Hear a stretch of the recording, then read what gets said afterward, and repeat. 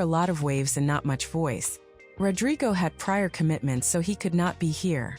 We need him badly and apologize for the technical issues. I was probably in the third grade or so. And each summer for several years there, my family would get down to the whole stay in a large house with the cousins and everything like that. But there was one time we went out on the boat. We were looking for lobsters, spiny lobsters. They don't have any claws. And you see off in the distance this giant black mass in the sky. The wind picks up a little bit. We don't think too much of it. Of course, back then, we didn't have the technology to get back there. So it's me, my dad, my brother, my Uncle Rollo, Uncle Jack. We're out there trying to just get some seafood. And basically, this storm, this water spout, just works like on us. And we have nowhere to go except for straight in. So we fire up the boat. We're driving as fast as we can, but the waves are going crazy. The boat's going up and down. Water on your face when you go 50 miles an hour on the boat is like icicles. I would say like icicles. It was cold, but it was also like very painful. So I'm sure we got some lobster that day, but just looking at our current situation, that was the best story that came to my mind. It really kind of brought me up to my childhood. Like, and not thinking it. This was in summertime? Oh, yes. August time frame. Like August time in Florida. In Florida. Florida, at the heat of the day during hurricane season. And you're telling me you have typhoons and icicles on it. Yeah, I don't know. I think water spout probably is closer to typhoons. West Coast, but a lot of wind, a lot of rain, and it's a little painful on the face. Yes. Without looking at your face. My face is alive and well, but it seems like we've got a storm bearing down on us this morning. Like for a similar situation. Yeah, you, the listener, might be wondering what's the deal with all this storm talk. Well, we're here at Navarre Beach, Florida. Staying here for the week. Sponsored by Youth Listener, and through all your generous support, you've been able to fund this trip and excursion. Brett and I, we woke up early. It was raining, lightning, but the sun was rising, and every day the sun rises is a reminder of what you've done for us. And so we wanted to reward you with watching our sunrise. This is dropped last week. But that's one of the things. Behind us, you're going to see some lightning strikes. You're also going to see a paper of the ocean and the sun rising. So that's just a reminder of what we can do without you. But, like also Brett said, if you push behind the camera right now, you would see rain clouds forming darkness bearing down on us, but that does not stop the power of the light coming from behind us.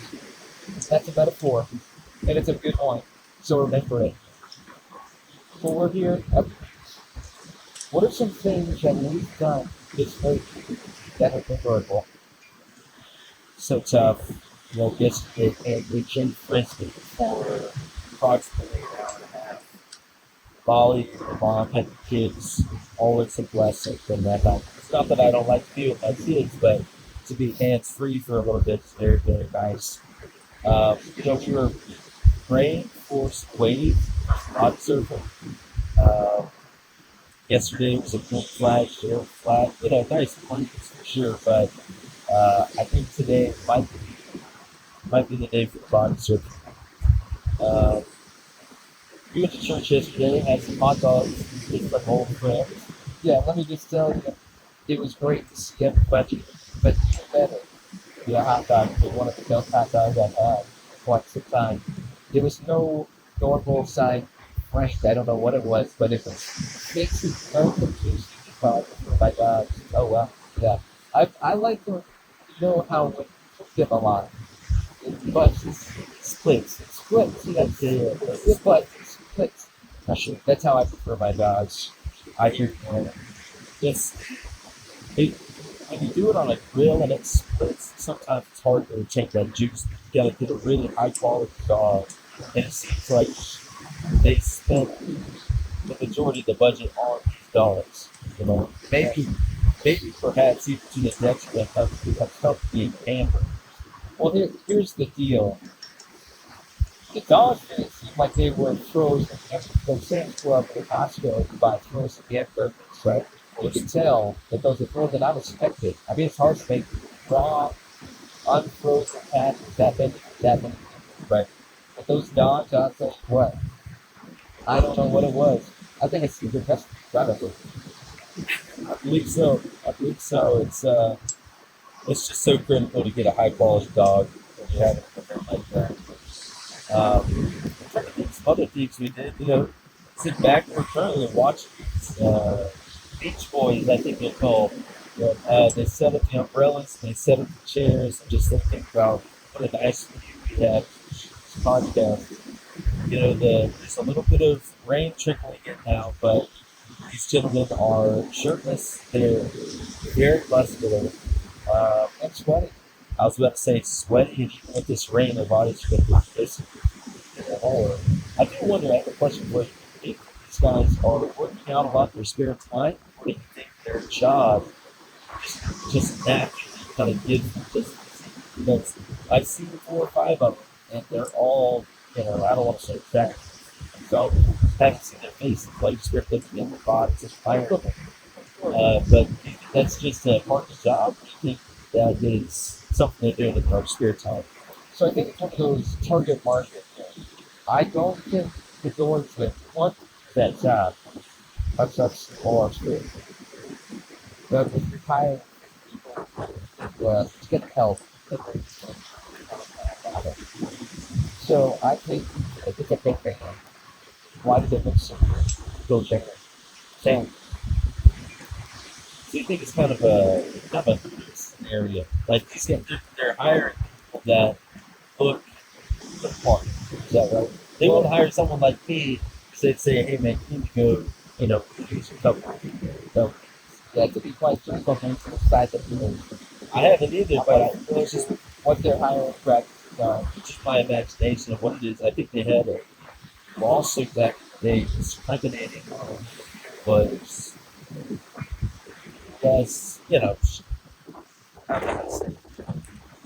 Was a little flat. That's what I say. And I think she's sued and won because I think discriminated against her for her body. So I would have thought that would have worked out for her because I heard they hired just needs to touch. Going in, flexing. I've got a really good buddy growing up. His name's Justin Crazy. I'll go ahead and call him out. So that's up. All throughout elementary school, middle school, high school, this man stands by it to today that he loves humans for the wings. You'd always say, no, you don't understand. Their wings are so good. You just don't understand. I wear a blindfold when I go inside. I only go for the wings. And no one believes it. Yeah. So do you like the concept of I don't know if it's Joe, but they're going to walk out there. 4 people together do it to certain stores. But the concept of Hooters to sell really good wings or break the fuck in based on their waitress suites, their experimental books. Yeah. Well, I think the waitress looks, I think, is it's a marketing tactic to get people in the door. And then supposedly, what I've heard from my buddies is they have really good wings as well. But they're actually rebranding. I don't know if you knew that or not. No, they announced maybe a month or 2 ago that they are looking to be a more family-friendly environment, something closer to an Applebee's or a Chili's. Wow. So I believe the waitresses will be uglier, I guess. I don't know. But supposedly it's going to be a different environment now. See, that's interesting because their marketing tactic was the objectification of course. I don't think there's anything wrong with that. Yeah. That's what it actually points. It seems like we've gone on this trend. I try my best not to objectify people. We've objectified by those that we can speak. Then that we're staring on right now.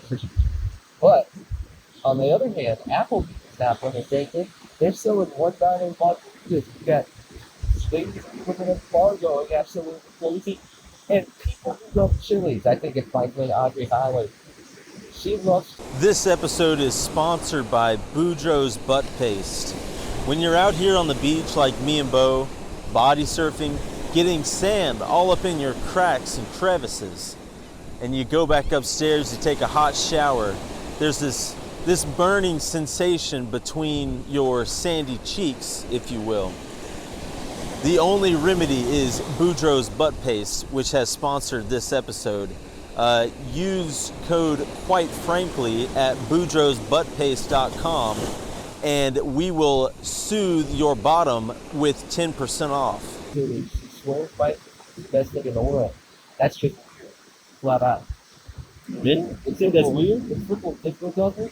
Yeah, dude, I love triple No, dip. I'm saying no. You can love triple dipper. What I'm saying is being in love with that's different. That's a different story. That's borderline foodism. You know what I'm saying? Yeah, I would think so. They also put out this, oh my goodness, it was the most grotesque commercial that I've ever seen. It was a big fat cheeseburger and a cast iron skillet full of queso. Have you seen this? They cut the cheeseburger in half, they filled the bowl with queso, and then they freaking slather the burger. They dunk it in this like a queso monstrosity, and they sell it to you for $8, something cheap that.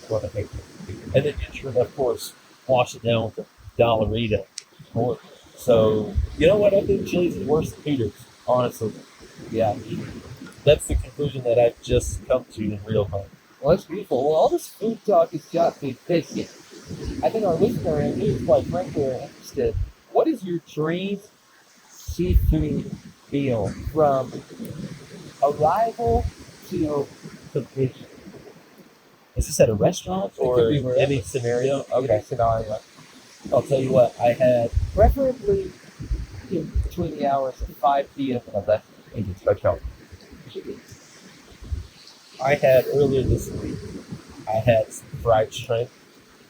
That's one of my favorites. Sets of 8, like a dozen of them. He's a little bit of a picky eater, so I was very proud of it.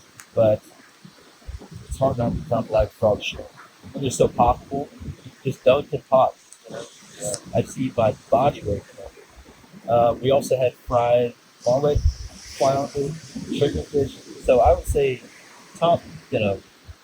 I would start us off maybe with some fried shrimp as an appetizer. Then I would move on to my second course, which would be fried mullet. I really like the backbone, not just the fillet. Maybe like a fried mullet backbone, accompanied by some fried flounder. And then I would move on to some fresh, spiny lobster tail, dunked in that butter, that lemon butter. Yeah, you know what I mean. We also had this restaurant down south in Sarasota that they serve a blackened red snapper, but it's on like an air and cheese cake with some sauteed spinach. It's pretty fancy. It's an expensive dish, no doubt. So that would perhaps be so good. Third, yes. So those would be my 3 main courses. I love it. I love it. Well, what is a spiny lobster tail? I've never had such an. It's just a lobster tail. It still have claws. So it would be fresh because it's coming from the state of Florida. Because Florida doesn't have lobster claws. Right. In Texas, the spiny lobster lives in the water. I understand that. That's helpful. I'm probably going to a restaurant. All right. If I had to choose, I don't know the restaurant name, don't I? But here's how it starts. First valet. That's how it Oh wow, yeah. I didn't think about that. jump out there. They say, really expect us to take this 2002 Honda? I would say, sign does say valet. And then I slip him a $50 bill. That was completely different. But that's from the Quite Frankly podcast with me. Yes. From the fun. We ride it on there as well. Then I sit down, fresh bread, warm, just ready to be sopped up with a slice of butter in my mouth. Milk. I eat that whilst also ordering a bowl, not a cut, but a bowl of lobster bisque. Lobster bisque. Lobster bisque. I had it once in my life. Are you serious? It was Only with once? you. It was with you. Where was this? Dry dock. Sarasota. Shout out Sarasota Longboat Key Dry Dock. If you're listening, we'd love to bring it up. Lobster bisque is an excellent case. Yeah. For sure.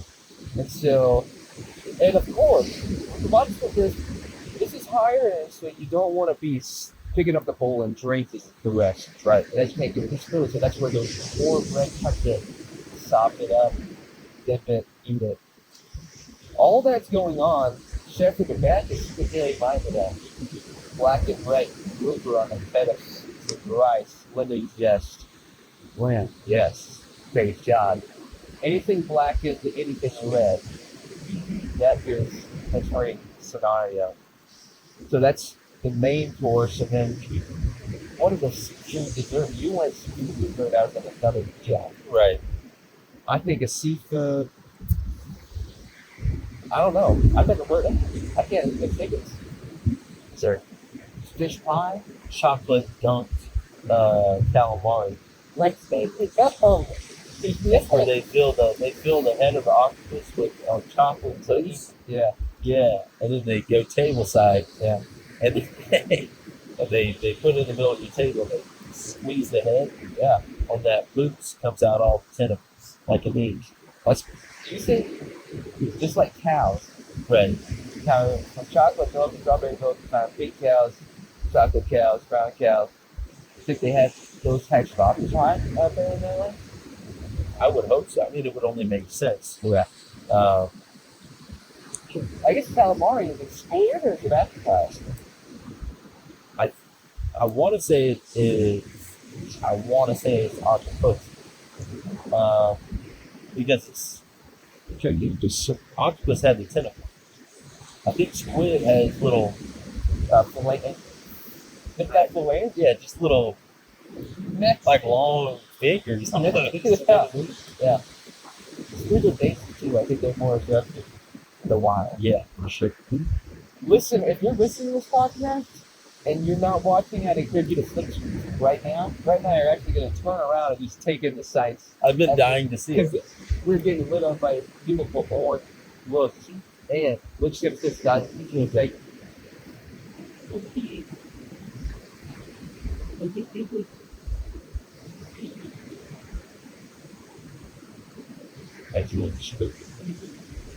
that was a beautiful experience. It really was. And whenever I turned back around, you know what I saw? I am currently looking at the most gorgeous rainbow, and I'm reminded of how God has promised not to flood the earth again, which is obviously the one and true Canadian rainbow, right? We've got a pot of gold out here in the Gulf of Mexico. Sorry, Gulf of America. And we've got a pot of gold seemingly up at the top of that condo. So, I don't know about you, but as soon as we finish this up, I'm going to get me Lucky Charms, mate. I've got to get me Lucky Charms. I don't know what's gotten into me. Need a glass of old milk? Gorgeous rainbow, though. Gracious alive. I'm not familiar. Maybe I don't know what double rainbow. See that? There's a double rainbow. Got a double rainbow stuck up here, folks. I'm sorry, this is real-time reaction. Yes. So, tell me, the the Noah flood, Right. the ark, that's number one Right. rainbow. Yeah. So what does this double rainbow do with those terms? I think it's just a double down on God's promise, I'd say. Because, like you mentioned, when Abraham went on the ark, There were two. when Abraham went on the ark, he had 6 animals. Abraham's ark was bigger than Noah's ark. Not a lot of people know that. Oh yeah. Abraham, instead of the his ark was different. Like through Isaac. Sorry, Abraham's bosom. Abraham's bosom. Yes, yes. Lest we forget. So speaking of Isaac, this is what we learned at church today. I mean, yesterday. We studied the life of Sarah. That's it. And Sarah laughs when every time so she's gonna have this down. How you doing? Yep. Yep. Well, do you know what Isaac's name was? Said what Isaac's name means? I knew at one point. I don't remember anymore. Let me remind you. He laughs. Okay, that's right. So every time Sarah looked upon that babe, he laughed. How beautiful and prophetic is that? It's gorgeous. But the whole story was Sarah, her faith remained in God, but her faith faltered. And there's a difference between not believing and struggling. And hope. Not having faith at all, struggling simply. Struggling. If God invites those who are struggling in their faith to rest upon Him, take those burdens as words of advantage. People around, people like Sarah, people like us who struggle, it pushes us toward Him. But if we're all together dismissing the Lord, then of course we shouldn't expect. We talked about it a little bit last week, James 1:5. How can we ask for wisdom? Well, the actual verse is, ask for wisdom, believe you will get wisdom at all. But don't ask and not believe, for that's full of heresy. Right. So that's in the context of wisdom. Don't think about that in the context of $150,000. Right. Well, the same way, do I believe God wants my faith strong? Do I believe God wants your faith strong? I do believe that. So if I pray to God, God, make my faith stronger, and I believe that you know, because that you know, once that happens, that's going to happen. The means by which it's going to happen might not be what we prefer, right? Not to say that. Usually it's not. It's very tough battles that we struggle with. But whenever you have eternity in mind, I think it'll change. Just like the rainbow, just like stone. There's something beautiful and rewarding about the rain coming down for you, trials and tribulations raining down on your life, and then you see the promise of God through over. No doubt, no doubt.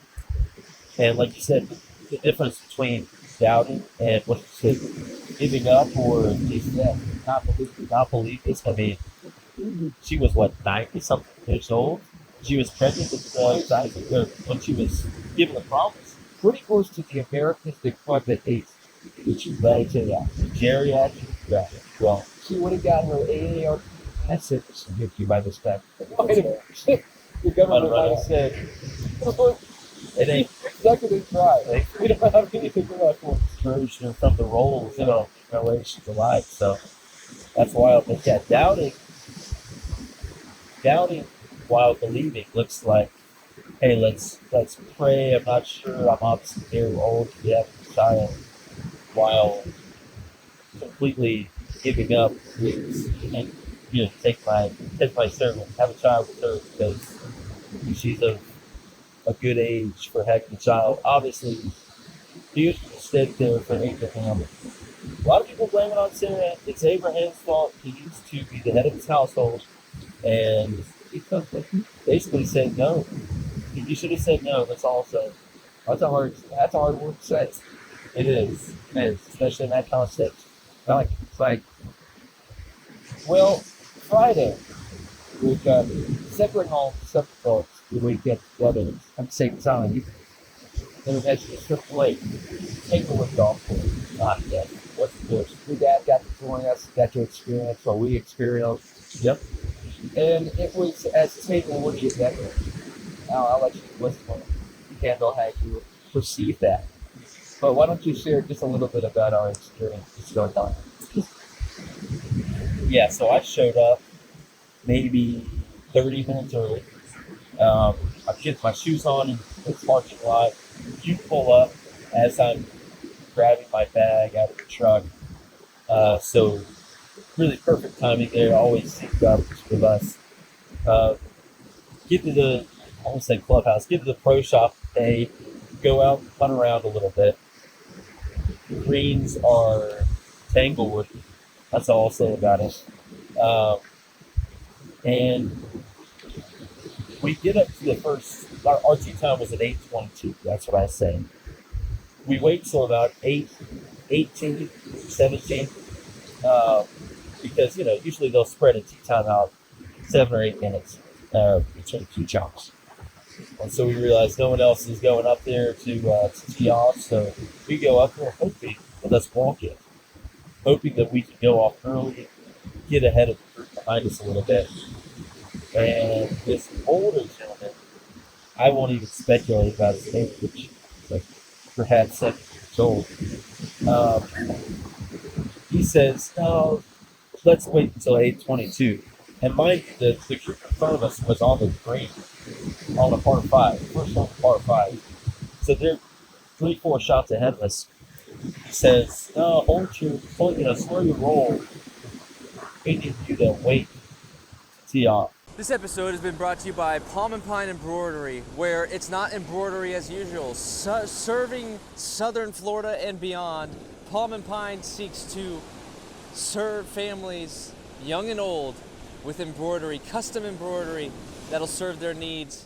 Perhaps you're wondering, I need some, quite frankly, merch that's embroidered. That's coming from Palm and Pine Embroidery. You can find more information about Palm and Pine Embroidery by searching in Google Palm and Pine Embroidery, custom embroidery in SRQ, Sarasota, and beyond. Use code, quite frankly, for 0% off right now. Okay, 8:22 comes around, tee off. As soon as we hit our second shot, the group behind us is teeing. I mean, they are right on our tails for the first 4 holes. I mean, I'll let you take it from there, but one of the more questionable moves I'd ever seen at the start of my life. Yeah, it was interesting. It seemed as if he did not want us to go. And yeah, he didn't really provide a reason. Maybe he's just like one of those high-key rule followers. Doing the job, first day of his lap, doing it as a hobby. That wants to impress the boss, he had the pro shop. Dude, I tried to make friends with this guy, and he really wasn't happy and it wasn't interesting. But I just get the sense that this is similar to the guys that we had in the past. They don't want to be there. They hate the job. They hate the life. That's probably a little harsh. But they certainly are not having the best time out on the golf course where we are. We're like, this is dream. Great time. I play golf 7 days a week. Yes. And so we get out there and we let them pass. Then no one says thank you. We just go right on and tee off. And that irks me a little bit. But it's not the end of the world. The older guy could say thank you. He came later. He drained the putt. He did. His teammate just left on without him. He was celebrating by himself. It was quite sad. It was actually hilarious. It's a par 3. I think it's the 5th hole. Par 3. I go through. I hit it in a greenside bunker. You stick your tee shot maybe 4 feet from the hole. Just gorgeous shot. It was tracking. I thought it was going in the whole time. But we stand over in the shade. We let these guys play through. We say, hey, you guys are moving pretty quick. Play on through. Golf courtesy. I think something we should both take very seriously. And yeah, I'd like for you to recreate the look on this man's face because you did it pretty well in the moment. But he was driving by and he's got the silly white bucket hat on, maybe smoking a cigarette. At 8:40 in front of you. What was the look on his face? Yeah, I think it was something like. So we say, you role play, you're the guy in the cart, I'm you, of course. Hey, we hit our 2 shots already, but y'all moving pretty quick. Y'all can play through if you like. Okay, great. And that's exactly how it went. But like you said, there was a second guy that pulled up. Very nice gentleman. His friends teed off. I mean, these guys are playing, it's probably 4 minutes per hole. They hit it on the green, and they walk up. Don't even line it up. They walk up, hit it towards the hole. Before it even stops rolling, they've hit it again. It's within 3 feet. They just pick it up and move on to the next hole. Nobody smiled the whole time. it seemed like a miserable experience, honestly. But this man, the nice guy, we were kind of walking behind. He's got a dang par putt from 8 feet out there, absolutely drains it. His teammates, the guys that he's playing with, they're in the cart driving away already. They didn't even see this man's putt. So from the fairway, we're, cheering him, giving some applause, kind of blazing this man, for lack of a better term. Well, he did. He made a sound. He said, "Woo!" Raised his hand, took a puff of his cigar, and was met with nothing. Yeah, So it was very. If I was playing with people and I sank a par putt like that, and my friends had already left, I might have just gone home. I mean, I might have just jumped in the pond and never come back up. You know what I mean? Pretty miserable experience for that guy. But it was nice to be back at Tanglewood. Obviously, a tight course, small greens, really test your game. Honestly, It's just remarkably nostalgic as well. Just go back to your roots, and you remember, man, I suck. I don't think it's because the course. It's not challenging in the sense that it's up to scale with these great courses around. It's challenging in the sense that it's completely opposite of the great courses around. Back nine, you should be more there. So you just have to take my word for it. But I hit every green regulation, which I felt pretty fantastic about. yeah, sure. It's true. Well, every single one of those, except rule number 6, I three-putted. So, it's pitiful. I had a lot of tree putts on the top now. And that's just because I had a putter. But I don't know if it's as bad as putting as I like spraying the greens. That's even what's typical. They roll, if you're talking speeds from 0 to 14, they roll at about a -4. I always like to say it's up to me to learn the course putt beforehand, which we did for 20 minutes to get the speed of the greens. But when I had, I think we both had an atrocious day putter. It feels good inside to play in the grounds. And like say, hey, you have a business card that the superintendent I can have? I'd like to give a quick chat real quick. But I think that's more of a coding thing for me more than. I will say on hole 8, so the groundskeeper, they move the hole around every so often. Well, on hole 8, they move the hole 1 inch away from the previous hole. So your ball has to be putted over the cut of the old hole. Of course, well, the grounds crew is not top tier. That's going to take you serious work. You got to have great equipment. This place, no offense, of course, there is fine experience. It doesn't have the top tier gear nor staff to accomplish that. So you're putting over ridges and cuts to figure out. I'm good that gentlemen and gentlewomen have spikes on their shoes that just twist their legs. Oh well, Make a good putt. Do the twist. It's the win. And so you get to experience all those challenges, and it's rewarding whenever you make something like a par or a birdie. It is. I found I found with how tight the course was, I was pleased with how I drove the ball for the most part. Had a couple wayward tee shots that I was actually saved by the trees. But I think when you grow up playing a course like that, and you're always in the woods because you can't hit it straight, I think you get this idea that, man, I'm really bad at golf. And then I moved down south. I mean, even to Gainesville, it was more open. And then down south, it's, a little more lake style. And you realize, when the fairway isn't 30 yards wide with thick trees on each side, you start to realize maybe I can play this game a little bit better than what I thought.